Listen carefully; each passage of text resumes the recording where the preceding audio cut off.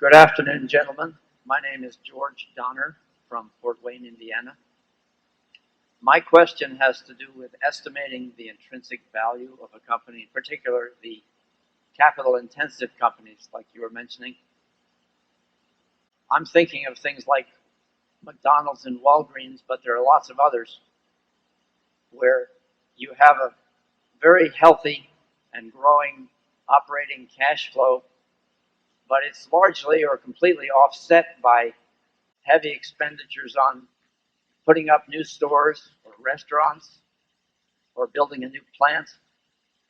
And so my question is, what do you do for your estimate of future free cash flow?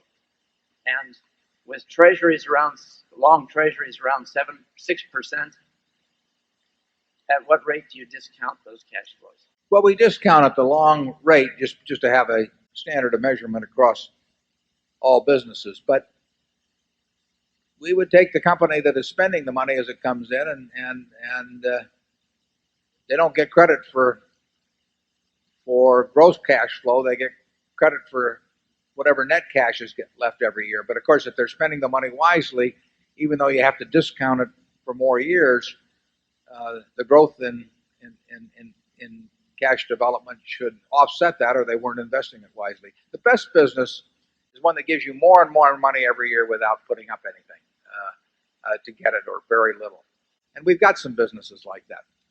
The second best business is a business that also gives you more and more money. It takes more money, but the rate at which you reinvest the money to get that growth is a very satisfactory rate. The worst business of all is the one that grows a lot, and where you're forced in effect to grow to stay in the game at all, and where you're reinvesting the capital at a very low rate of return.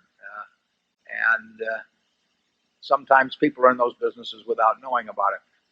But in terms of discounting, in terms of calculating intrinsic value, you look at the cash that is expected to be generated, and you discount back. In our case, we use the long-term treasury rate. That doesn't mean that you pay the amount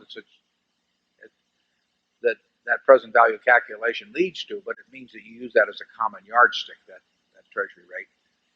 And that means if somebody is reinvesting all their cash flow the next 5 years, they better have some very big figures coming in down the road, because at some day, a financial asset has to give you back cash to justify you laying out cash for it now.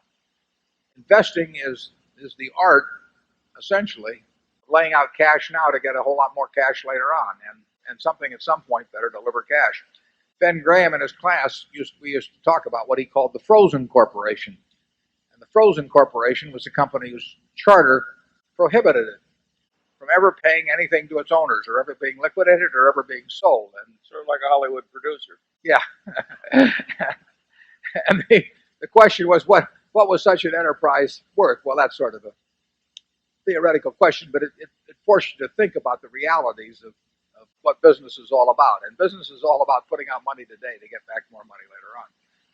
Charlie?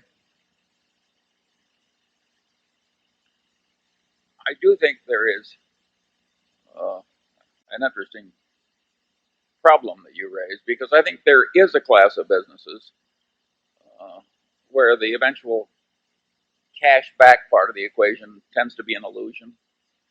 I think there are businesses where you just keep pouring it in and pouring it in, and then all of a sudden it doesn't work and no cash comes back. And what makes our life interesting is trying to avoid those and get on the alternative kind that drowns you in cash. The one figure we regard as utter nonsense is the so-called EBITDA. I mean, the idea of looking at a figure before the cash requirements of merely staying in the same place, and there usually are. Any business with significant fixed assets almost always has with it a concomitant requirement that major cash be reinvested in order simply to stay in the same place competitively and in terms of unit sales. To look at some figure that is before that is stated before those cash requirements is absolute folly, and it's been misused by lots of people to sell lots of merchandise in recent years. It's not to the credit of the investment banking fraternity that it has learned to speak in terms of EBITDA. I mean, the idea of using a measure that you know is nonsense and then piling additional reasoning on that false assumption, it's not creditable intellectual performance. And then once everybody is talking in terms of nonsense, why, it gets to be standard.